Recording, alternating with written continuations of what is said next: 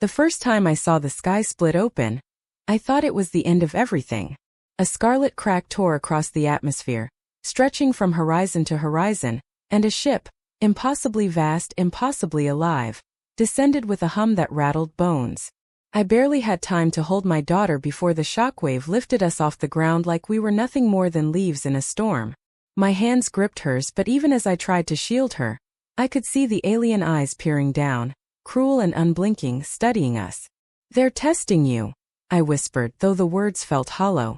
The Warlord stepped from the ship, a being made of jagged metal and sinew, taller than any human structure, its voice like thunder fracturing glass. And behind him my daughter, broken, lying on the cold alloy deck, her small body twisted by the experimental weapon they had used. She couldn't speak, couldn't move properly. Her eyes, though, met mine, filled with confusion and fear.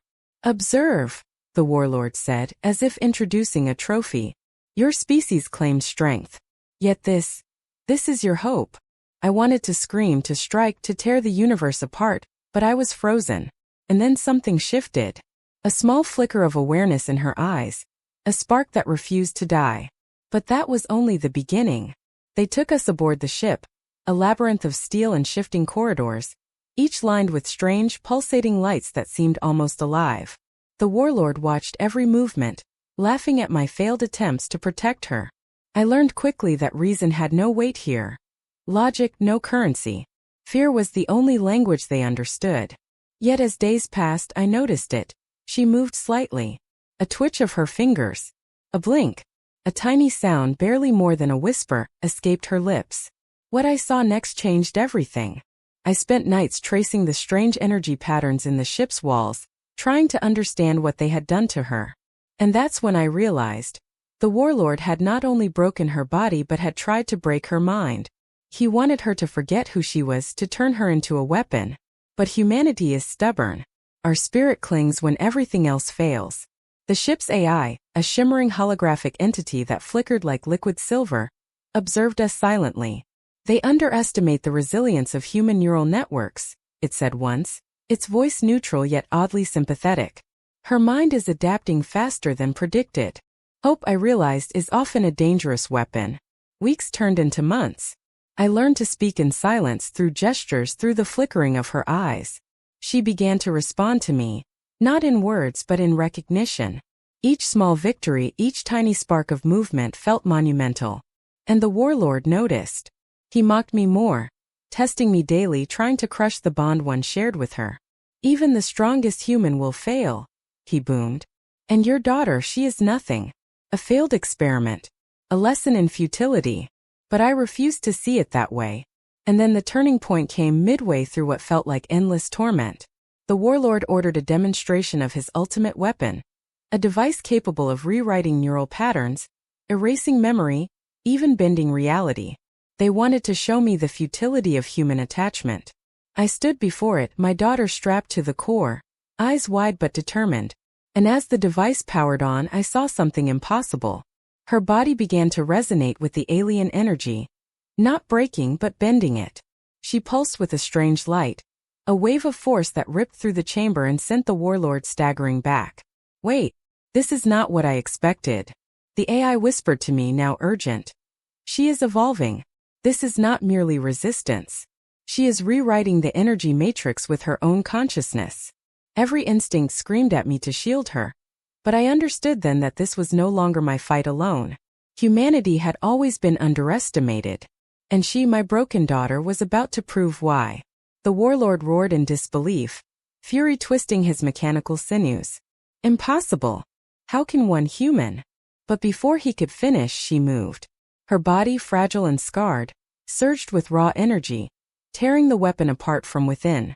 Sparks rained like meteor showers as the alien machinery groaned under forces it had never known. What I saw next changed everything. She stood, unsteady but defiant, and for the first time spoke. A single word that carried a weight no one could ignore. "Father." I ran to her, holding her close.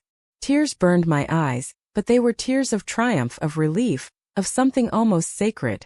Humanity's resilience had been underestimated, and the Warlord had just learned the hard way.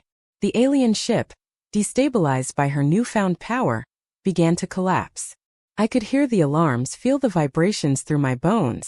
We were running out of time. The Warlord tried to flee, but the AI, now fully aligned with us, sealed the ship's core, trapping him. "They will not harm you again," it said simply. And then the miracle happened. Her energy didn't stop at defense. It began to heal, slowly, painfully, but unmistakably. Scars on her arms, the twisted angles of her legs, the neurological damage, they started to mend. The alien technology that had been her prison became her restoration. Humanity, through sheer will and connection, had done what advanced civilizations thought impossible. We escaped the collapsing ship and landed on a battered, dying Earth.